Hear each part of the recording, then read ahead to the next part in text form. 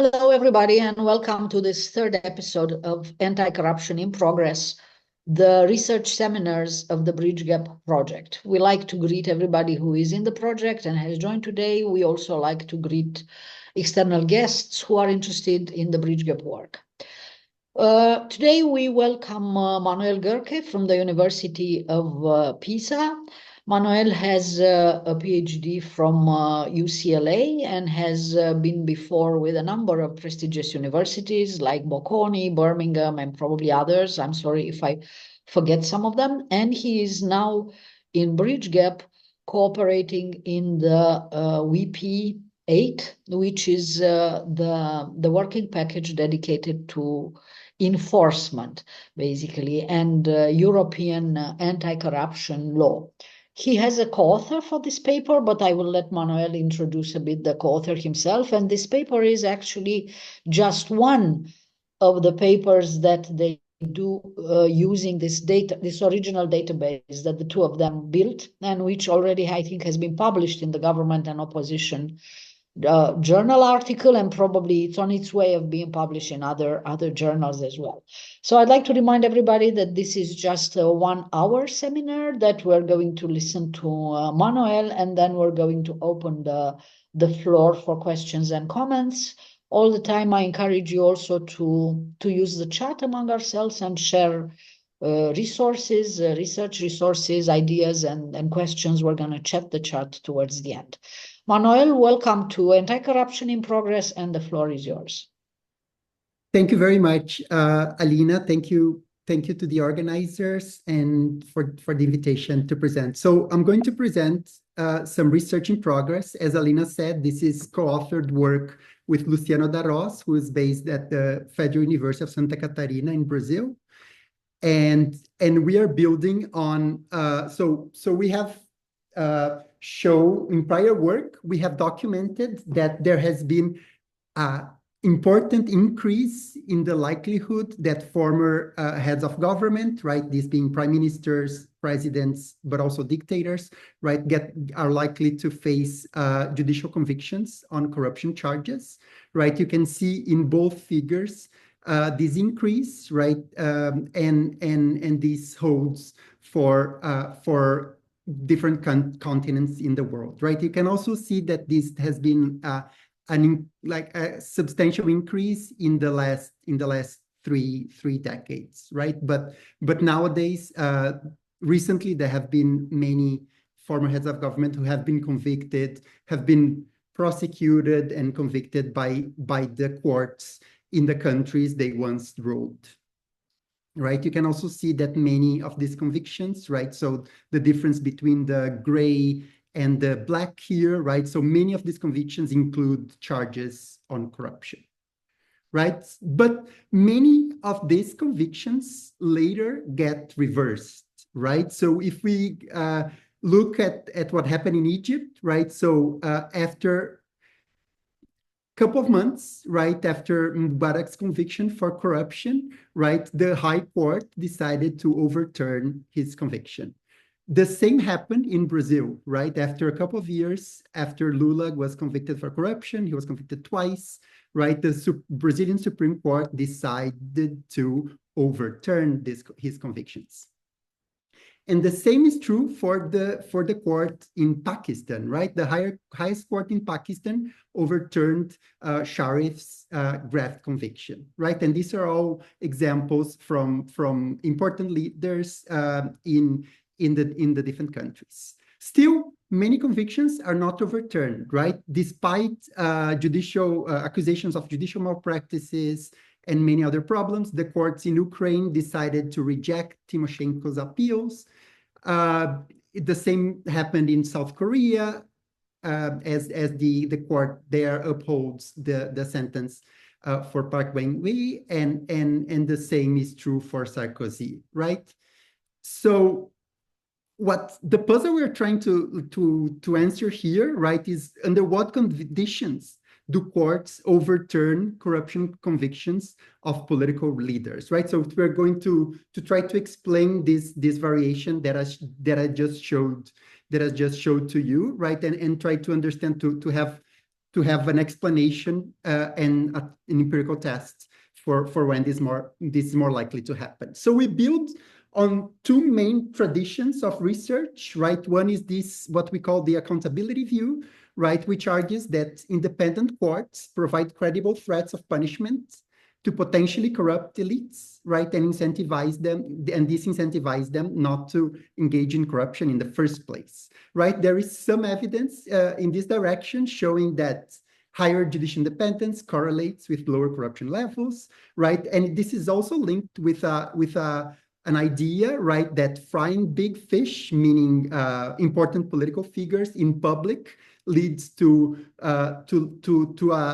less corruption, to a shock in the corruption country, in a corruption culture in a country, right? So having so these kinds of convictions that we are looking at are an example of these like courts taking actions against important leaders, right? People who have governed the countries. We also build on the insurance theory, which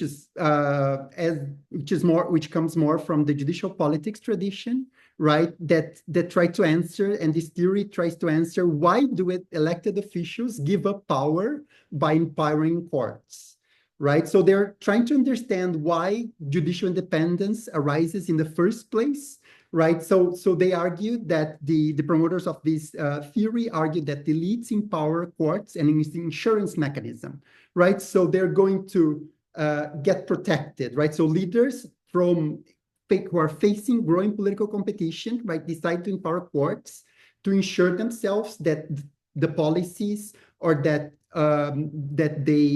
exist in the country, right, are not going to be completely changed once new leaders come to power, right? And more recently, this theory has been applied to how courts can protect elites from post-office investigations, right? And there is important evidence that these independent courts shield outgoing elites from weaponized prosecutions, right? So it's more specific. So we're looking at prosecutions as a whole, right? But here they are focusing on more weaponized prosecutions, right? But they don't distinguish this necessarily, right? But still, the evidence is that higher judicial independence reduces the chances of former leaders being punished after leaving office, right? And they do this by looking at whether they go on exile, whether they get imprisoned, right, in the year after they leave office, right? Which is a bit different from what we're looking at, which is like the complete judicial case, right? So the prosecution indictment, which usually takes a couple of years, right? But there is also evidence that court independence, right, in the same way, is also linked with lower probabilities that the leaders get in focusing on new democracies, right, that the leaders get investigated for corruption after. So we propose instead, and in building on this literature, we propose an institutional fail-safe hypothesis.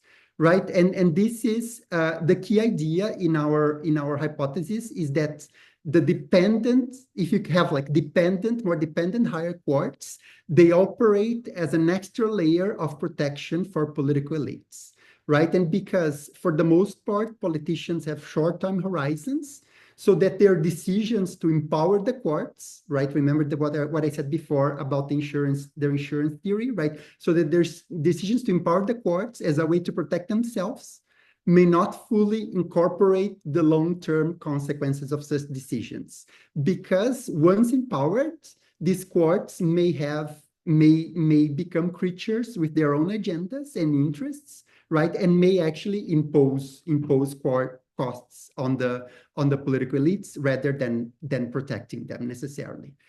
So in order to get more protection, right? So the elites have an incentive in terms of leaving more judicial independence for lower courts, but they use higher courts as a redundant protection, right? If it happens, right, that for this if problems arise, such as a conviction for corruption, as if for the kinds of punishments that we are going to look at in this research, right? So this also builds. So our hypothesis also aligns with some of tradition in judicial politics that has looked as higher courts as closely related, right, to and taking decisions that are aligned with the preferences of dominant political elites, right, and that high courts also help resolve interlinked conflicts by stabilizing expectations and preventing excessive costs on political actors. Basically, this is the role that high courts play as accommodating, right? And especially when they are more dependent from the political elites.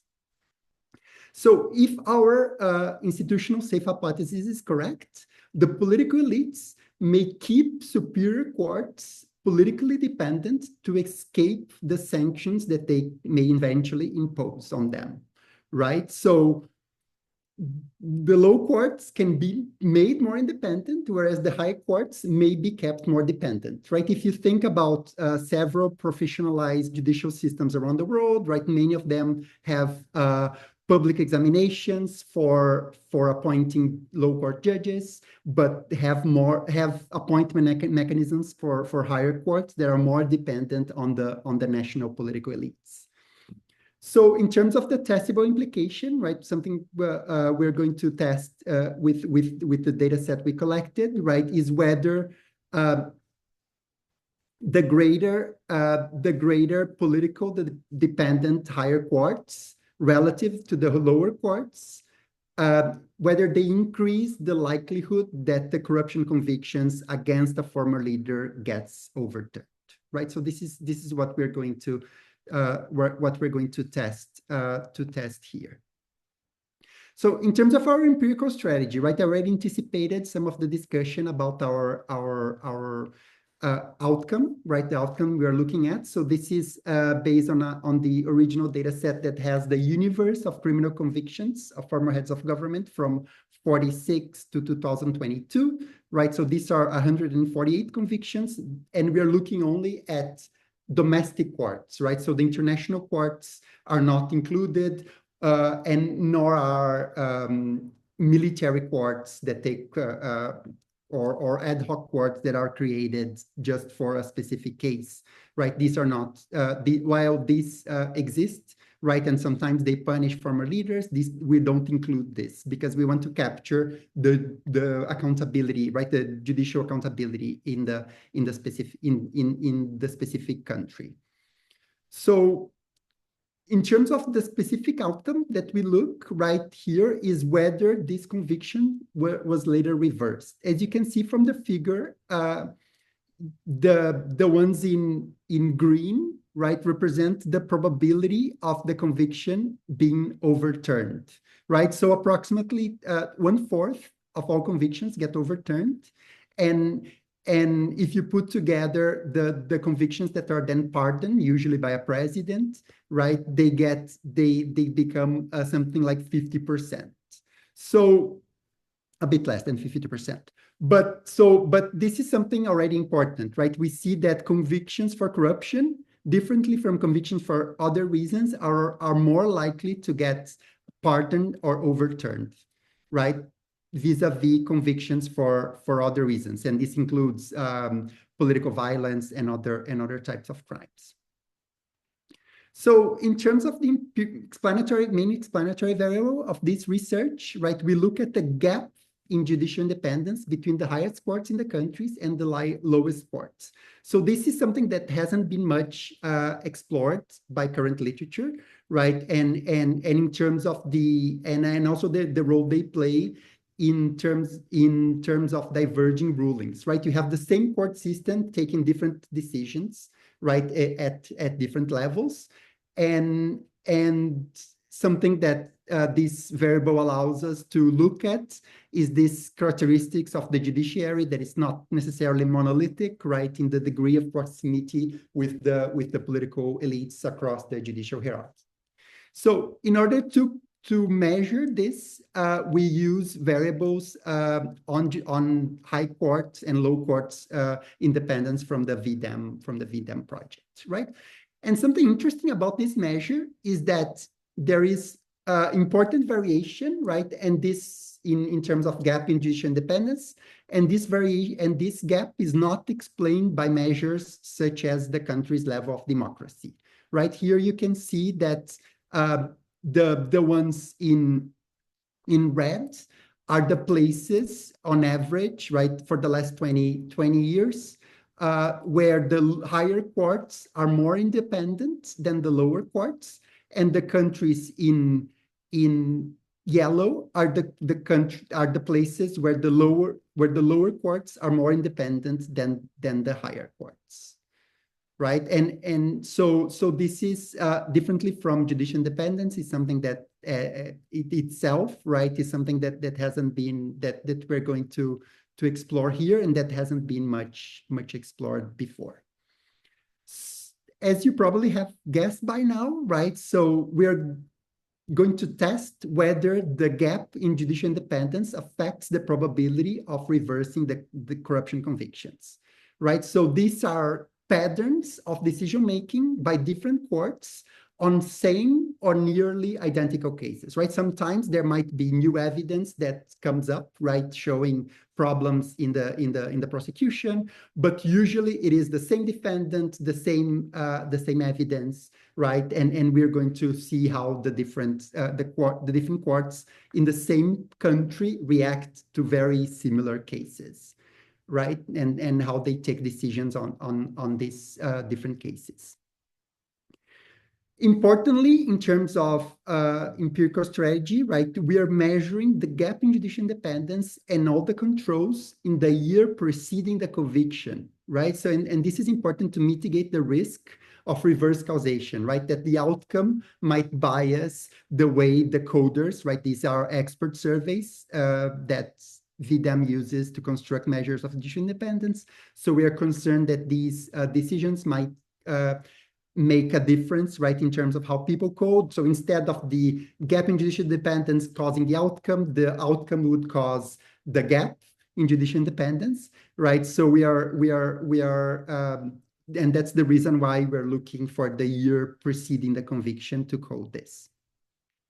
We also use other country covariates, right, to minimize potential confounders. And I'll be happy to show you the results on this if you have questions on Q&A. So here are the main results of our of the quantitative part of our analysis, right? You can see that the gap in judicial independence reduces significantly the probability that a conviction is overturned, meaning that the more politically dependent higher courts with respect to the lower courts are more likely to overturn a conviction, right? And we show that depending, like different ways we measure this, right? Whether we include in the sample the convictions that were pardoned or not pardoned, the convictions that were already overturned by lower courts, right? Does not affect very much the estimates, right? But so the overturn, but what matters, like what the gap in judicial independence is affecting is the probability of that this conviction is being overturned, and not the probability that this conviction is being pardoned, as you can see in column 6. Right, so the results indicate on average that the gap in judicial independence by one standard deviation, this is 0.39, leads to an increase of about 14 percentage points in the probability of an overturn, right? And a substantial effect, given that the probability that the corruption convictions are overturned are approximately 25%. We also show that this relationship is not conditional on the ideology of the head of government when the conviction happened vis-a-vis the ideology of the convicted leader, right? So we could argue that this, if you're concerned that our analysis is biased by the fact that some leaders from a different side of the political spectrum might force a conviction, right, or might influence the conviction, right, even if we account for the different ideologies, right? So you can see here the ones with the blue dots are it looks at the subsample of only leaders who are from different ideologies, while the red triangles are leaders from the same side of the political spectrum, right? You can see that in both cases,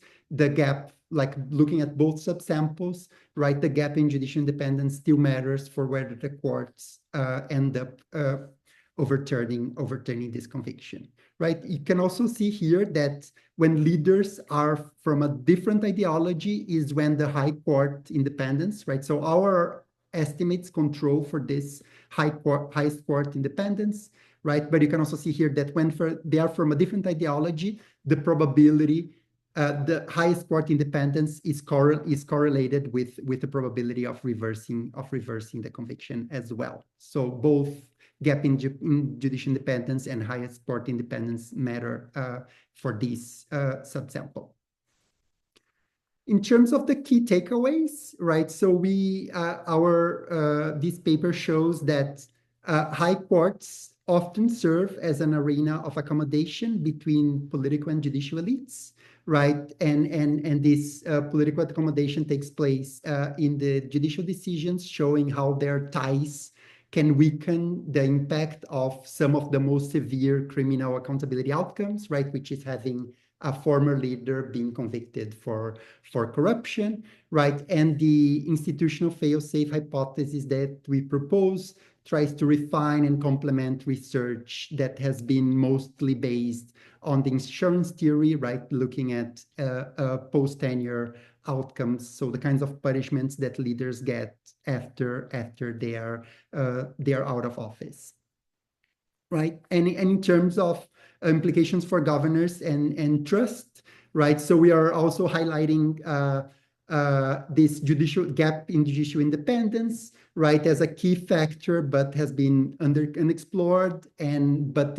it's having an effect on the inconsistency, right, in terms of rulings within the same court system, right? And these inconsistent rulings in high-profile cases may weaken public confidence in corruption control, right? And this is based on recent research by other people, right? And we also so we are also showing that and a consequence of our research is that the overturns that we highlight may also raise concerns about judicial bias, the protection of political elites, and this might have important consequences for trust in the judiciary and in democratic institutions as a whole.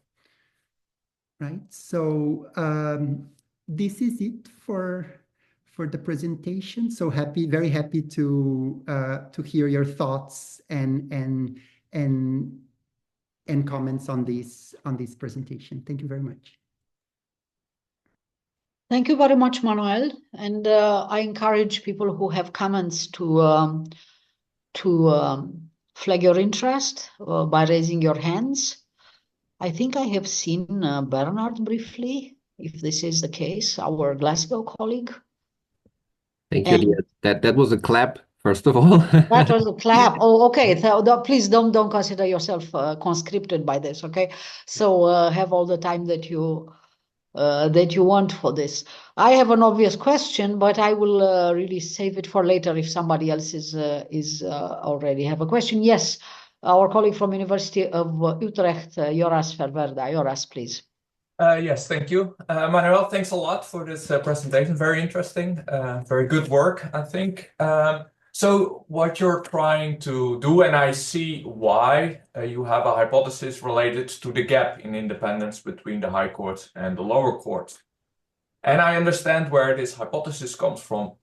But in terms of policy relevance, I think this might be a bit of a hard message that, because if you want to increase the gap, you can lower the independence of the lower courts or increase the independence of the higher courts. So it's a bit of a weird kind of policy relevance. So I was wondering what happens if instead of the gap, you use as explanatory variable just the level of independence of the higher courts. Should I respond, Alina, or should we collect more questions? First, can you stop sharing screen so that we see one another better? That would really be great. And I will add a point also to this Yora's point. I mean, I've seen you use difference in ideology, but I think that the most obvious thing which would come out of literature would actually be, as long as you know in what parties everybody is not to use ideology. I mean, you can have coalition parties. Why is ideology relevant? What is relevant is if prosecution started when somebody is in government versus when somebody is in opposition. How do courts behave when the politician indicted is in government and how does prosecution behave? Because these are really two very different things. You know, we know from Stefan Voigt that courts and prosecution are very different. So again, on this on the same point, if you can clarify this. Thank you. Sure. Thanks a lot. Thank you both. So yeah, so maybe I wasn't clear in the presentation, Joras, but we all our estimates control for the level of high court independence, right? So yeah, as a control, but not as an explanatory variable. Yeah. Yeah, so my question was, if yeah. you drop the gap and use the level as an explanatory variable, what would happen then? Yeah, I can show you the. Okay, and the level of high court independence is actually an expert estimate from VDEM, Yes. right? So it is an expert judgment, right? This is the level of Yes, independence. exactly. And the same Yeah. is with the difference between higher courts and lower courts. All these are expert judgments. Yes. Yeah. Unfortunately, we don't have other measures for this yet. Maybe in BridgeGap, we are going to develop some that allow us to do. It will be nice. Something like that. But yeah, that hopefully will be the case. So yeah, so this is the high court independence, right, also matters for whether there is an overturn, right? So in when the higher courts are more independent, there is more overturn, right, on average. Right. So yeah. So and it also matters for whether although slightly significant, but still we don't have that many observations, right? But still, it also matters for whether there is a pardon or not. So maybe the leaders, the presidents anticipate, right, that the high courts will overturn the decision and decide to pardon themselves, right, or something similar. So yeah, in terms of the difference in ideology, this is something we use. Yeah, we could do some other, and that's a good, very good idea. So we could use some other measures of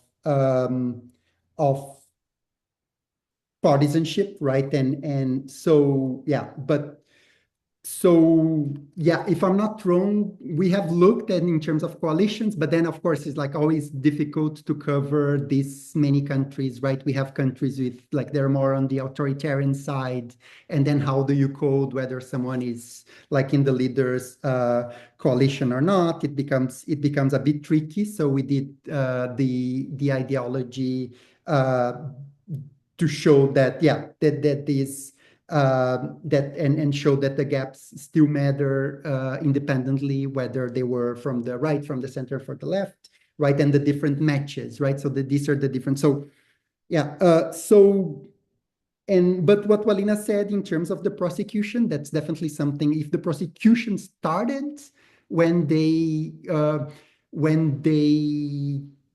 their parties were still in government, it's something that we can definitely look more carefully at. So yeah, and whether so, but yeah, we have the conviction date because we are going like looking at the stage in which, because yeah, one problem of looking at the prosecution at this, right, one reason why we don't do this at the prosecution date is that there are many leaders which get prosecuted, right, or get charged, right, but then they're not convicted again, right? So the coverage would be more, but this is this would make us need more cover a lot more cases. So this would expand a lot the data collection effort. But that's that's something we can definitely do if you think if that's something that will be important for this paper to be convincing,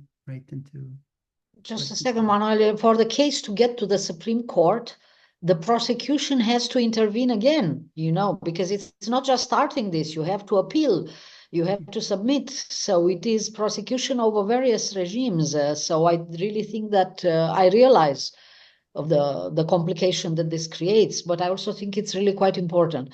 But I'd like to pass to Bernard, who had been patient and who indeed actually had a question, not just a clap. Thank you. Yeah, thanks first of all, Manuel, for really exciting project and this impressive data collection. I like this sort of, argument around judicial politics. I think we have too little work on this, so well done. Couple of points really. So theoretically, I was thinking why you need two layers really of courts instead of just one, right? So is this not sort of a subset of the constellations that is possible? I mean, I could also imagine your argument to work in countries where there's just one constitutional court, for instance, right? Or say a less involved constitutional structure. So a bit of background on why you think that, this sort of hierarchy or layering is important and what it gives you in your argument. But most points really are sort of empirical, and I name 3 or 4. So first, I think, do we not need a measure of culpability of the politician, right? So if there was sort of more clear-cut evidence of wrongdoing, then you might want to sort of not appeal, right? So because then it's potentially too obvious, right? So I think most cases are the ones that are in between, right? The waters are a bit muddied. So, for the benefit of the doubt, there might be actually case of really opening these cases at a higher level, right? So I wonder if that's sort of a variable that we should be measuring. Of course, incredibly difficult. But yeah, I need to be convinced that it's sort of not driving the results in some sense. Then I think you have you start the process, at the second stage in some sense, when these cases that are already out there, get overturned as your outcome of interest. But what about the initiation of these conviction cases, right? So under which conditions do these courts actually open or start their prosecutions, right? I think one cannot ignore that in case there is a systematic difference as with respect to the outcome of interest. So perhaps there's a selection model you can run with a general predictor of state capacity or something that could get you at that first stage. And then the third point I'd like to sort of bring in is, as you already have noticed, right, that there is this potential for endogeneity, this judicial independence. And here I think it's quite a blatant one, right? Because these expert ratings, right, when do they actually change? I mean, they're almost always sort of at one level, and then there's a high-profile case, right, involving some big politician, and then these indexes, kind of change depending on what the court does. So I wonder, isn't really not sort of, left-hand side and right-hand side sort of measuring the same things here, right? So I would encourage you to use some sort of instrumental variable, either sort of using the general level of corruption, and then, some other part you can use for the instrument to predict essentially the judicial's level of independence. Or you look at sort of spatial IVs, right, where you sort of look at neighboring countries or countries in the same block or region and try to predict judicial independence, so that at least you have something exogenous to the events in the country. I think it would be quite curious to see how the results would hold up with such a strategy. But yeah, overall, really exciting and stimulating work. So thank you. Please, Manoel. Thank you so much. Yeah, no, these are wonderful ideas. So yeah, I think, the culpability one is something that I always, get asked, and I'm always have very mixed feelings about doing that. Like there is this like all these corruption cases are super controversial, right? Depending on, they're always debated, right? And always have procedural problems, right? So yeah, it would be really hard for us to adjudicate and like to have a culpability score of any kind towards these cases, right? So most experts on the specific country, most legal scholars on the specific countries would have the like different views on each of the cases, right? So yeah, that would be a bit. I think it would be challenging, right? So something that happens, like concerning your question about like the layer of the courts, right? So yeah, exactly. Our idea for this project was exactly like to shed light that's right. So the structure of judiciaries in countries, right, matters for how these how the judiciaries take care of corruption cases, right? So we're investigating and the fact that, some of these cases are even tried. So depending on the country, right, so the cases are not necessarily tried by a first instance court, right? Depending, for example, if the politician is serving in the national legislature, right, they get to a second level court, or they have to get to another, depending on the immunity, right, procedures that these politicians are subject to. So there's a lot of institutional characteristics that differ among the countries, right? But one important aspect of this is that, right, so the countries usually set up the judiciary in ways that make a difference for how independent they are in the end from the politicians, right? And from the political class. And I think, and this is like relates to how long, for example, whether these like Supreme Court or Constitutional Court judges serve for life, whether they serve for a specific period, right? And these are all important institutional characteristics of countries that matter for independence. Right. So maybe I can show you, if we have time, something else that we did is that in the paper, right, we show that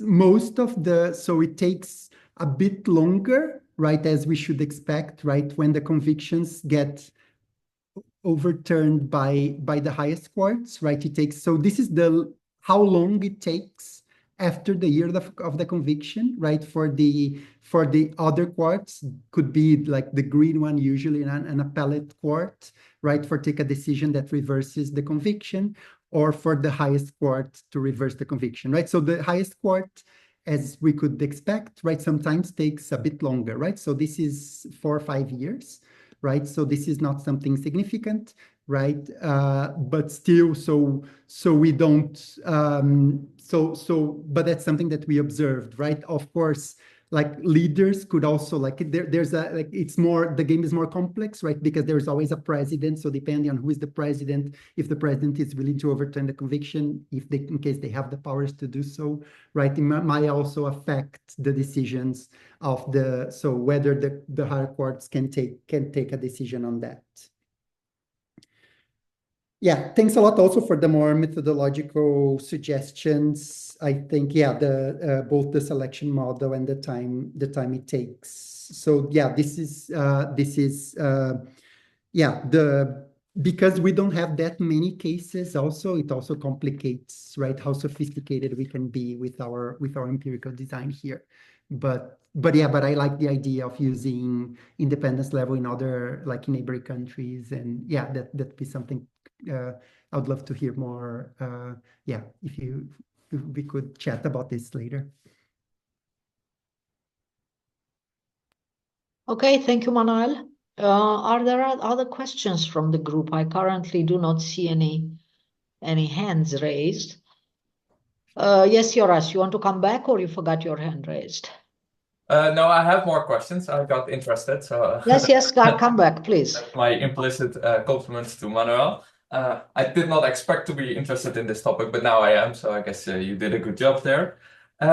So I think from these comments and from the discussion, but also in your presentation, it becomes quite clear that the timing is very important here. And so can you explain in your empirical formulation, you say T-1. What does this exactly mean? Is this just 1 year before? Or is it pointing to what I think is the most important, that what we care about is how the independence has been institutionalized in the period when the person was in power, and how this affects the result for his own prosecution later. Yeah, no, that's something very interesting. So no, we don't do the independence when the person was in power. We do the independence of the courts in the year prior to when the leader gets convicted, right? Gets To block convicted, or when the conviction starts, because the case can start in different years, right? So yeah. No, we don't, but that's something that we can definitely do, right? We know when the leader gets indicted, right? Yeah. So we can do that as well, right? So we know both the conviction, we have the data both on the conviction and the indictment year, right? So but yeah, you also know when the leader was in power, right? And that seems, if I follow your theoretical hypothesis, that seems to be the most important part, because you seem to imply that there is some sort of strategy on what you do while you're in power to affect how you get treated after you were in power. Yes, that's correct. Yeah, so of course this can mean yeah, that's like, but it's basically like the result, right? So the different political elites, so someone could be in power and then empower the courts and then be convicted later, right? So there is different ways to reach this mechanism. Like our theory is a bit more general in terms of like, this is like the end results of how elites in a country interact among themselves, right? And usually you need, like, if you're a head of government and you need the legislature to be on your side, right, to pass something as important as, right, so you could need like a supermajority to have to pass rules that then determine judicial independence. But that's something quite interesting in terms of our, like, for us to think it more theoretically too, right? Whether is the leader anticipating the end result. So yeah, we don't do this specifically, right? But yeah, we see it more as a like a longer term, right? So the level of judicial independence in the country and the gap in judicial independence in the country are affected by many things, and these things there's like some historical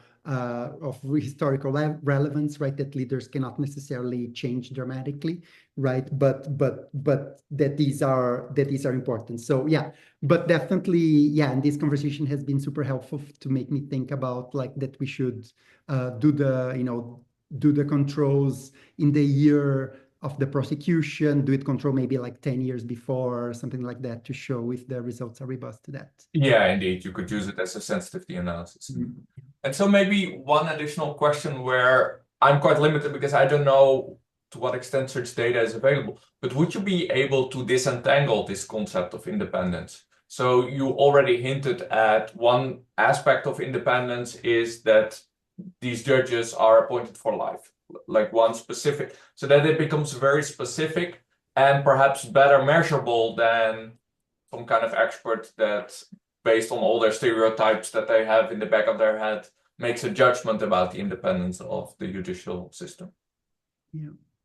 Yeah, no, there's definitely measures, especially on the highest courts. For the lowest courts, it's a bit harder because there are many different layers, right, of the lowest courts, and then it becomes a bit tricky to do this like for the whole world, right, and to have it.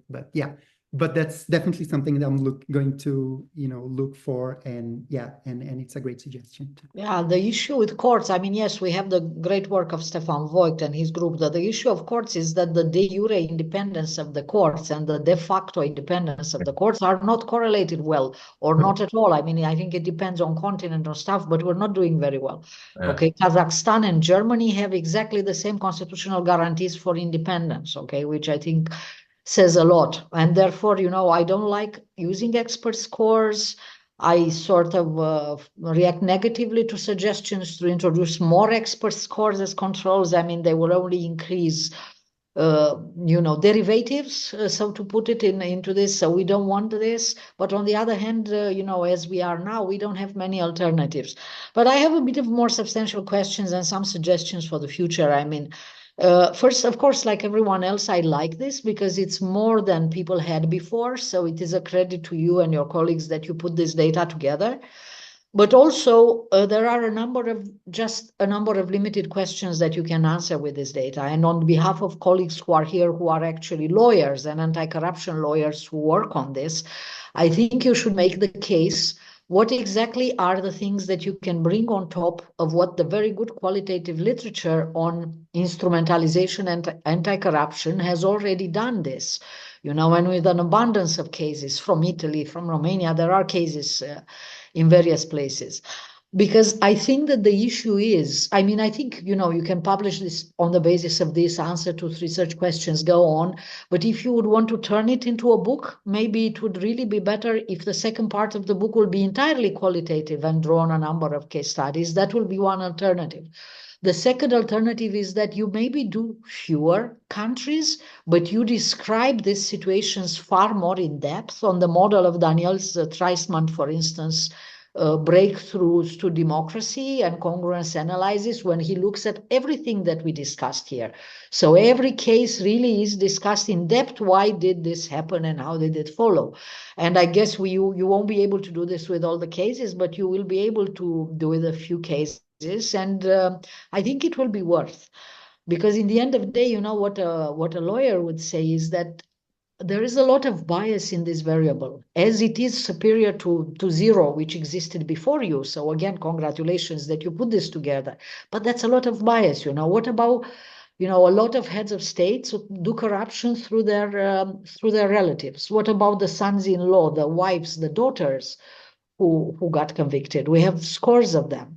And what about the other bias, the prosecution bias? I think the number of those who should have been charged and were not is even greater. I mean, what about the Hunter Bidens of the world and the number of other things? In most developing countries, heads of states should have been charged during their tenure and they were not. And that clearly is a bias in this sample. So I think, specifying exactly what kind of questions this kind of exercise can answer and what kind of questions it cannot, and what additional approach we should do to put this together to advance knowledge would really be great. Fully otherwise acknowledging that you did a step ahead compared to previous knowledge. Thank you so much, Alina. Yeah, no, these are very important points. And that's something that, we definitely want to do something more qualitative and look in some cases more in depth, and also, go on to do, and also with Salvatore to do it in terms of different levels, not only the top, very top leaders, right? But also, other levels. That's something that, these are all important points that you raised. Denise, and can you please take a look in the chat, Manuel? There are some questions in the chat as well. Denise, please. Audio.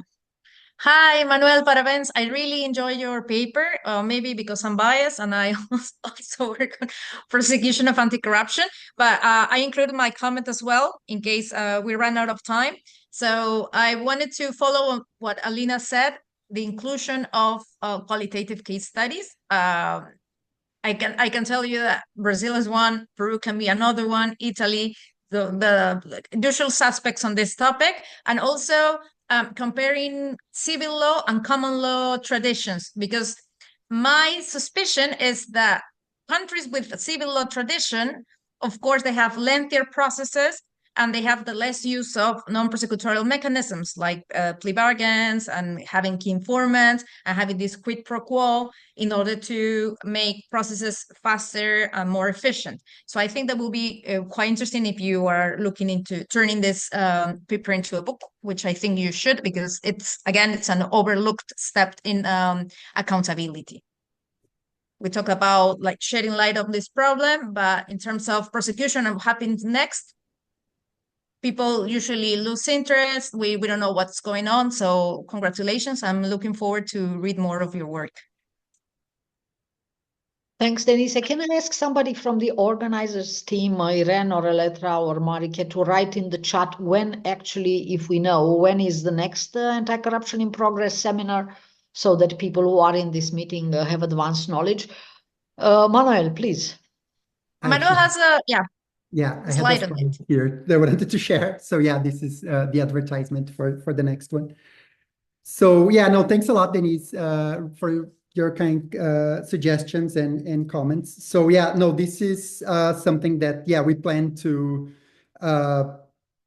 incorporate also in the analysis. Of course, like we can only do as much in a paper, right? So yeah, but that's something that, yeah, has been part of a broader agenda. But yeah, this paper, our idea was to shed more light on the fact that many of these convictions get overturned, right? And this matters for politics in the specific countries. Many of these leaders then might go back to politics, right? That some of them get even elected presidents, prime ministers later, right? So these are relevant political decisions, right? That courts take. So yeah, we wanted to really understand a bit of this dynamic, but definitely interested in like the broader scheme of things that relate to this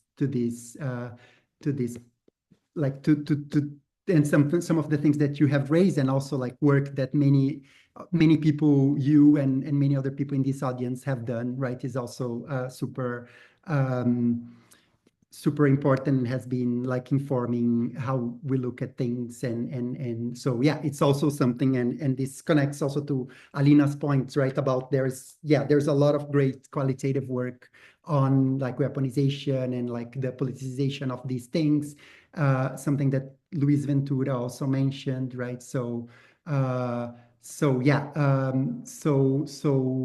definitely, yeah, we wanted also like to see how this, some of like the big arguments hold across, trying to be encompassing, right, of all the cases, but of course, even the cases that get convicted and prosecuted, right, they are already subsample of cases, but we thought that looking at the specific reversals was an important aspect of the like politics of anti-corruption and the role that the courts play. So yeah, I also thank Luis for the suggestion, right? So in terms of level of judicialization of politics, right? So yeah, that's also something very challenging to do at the cross-national level, right? So yeah, that's quite hard, right? I think that like more qualitative methodologies maybe are better at taking, like, incorporating this dimension. And so yeah, I don't know if Luis, if you could like, I'm not sure if I followed the second part of your comment. Yeah. Okay. So you said that the differences between the groups can be more substantial than so like, for example, political parties in the same side of the political spectrum might have more, that's they have like more rivalries or something. Yeah, that might be the case, but again, like, yeah, to do this cross-nationally, it's always difficult. So yeah, we should be we might try to see, and then if that would be possible, to do something like a coalition membership or something like that. But also alignments change over time, right? So yeah. So yeah, you said makes sense, right? So use the case studies to do that. Makes sense, and get like leverage, right? Okay, thank you very, very much, Manuel. The paper was interesting. This is why you got so many comments, and you are right that you could have done only so much in one paper. But the reason we do anti-corruption in progress is exactly to create synergies across this large group. I look in the audience and I see people who work on Brazil, people who work on Peru, people who work on Italy, people who work on Romania. So in fact, we could very well put together a book just out of here, in which a part would be quantitative, answering the questions that we can document on this, and the rest of it would go more in depth, and it would have a great title, Convicting Presidents, which I'm absolutely sure would sell the book. So that is just the first time we speak about this. Let's hope more ideas come, and inviting cordially everyone to join us for Ina Kube's presentation in 1 month time from now on. And meanwhile, for those of you who join us there, please join us at OECD Integrity Week on 27th of March. I don't think the event is going to be online. I think that there is already some online presence, but maybe some of you are in Paris and are joining Achieve this year. So the BridgeGap team is going to be there, and hope to see you there. Thanks, everyone. Thanks, organizers. Until next time.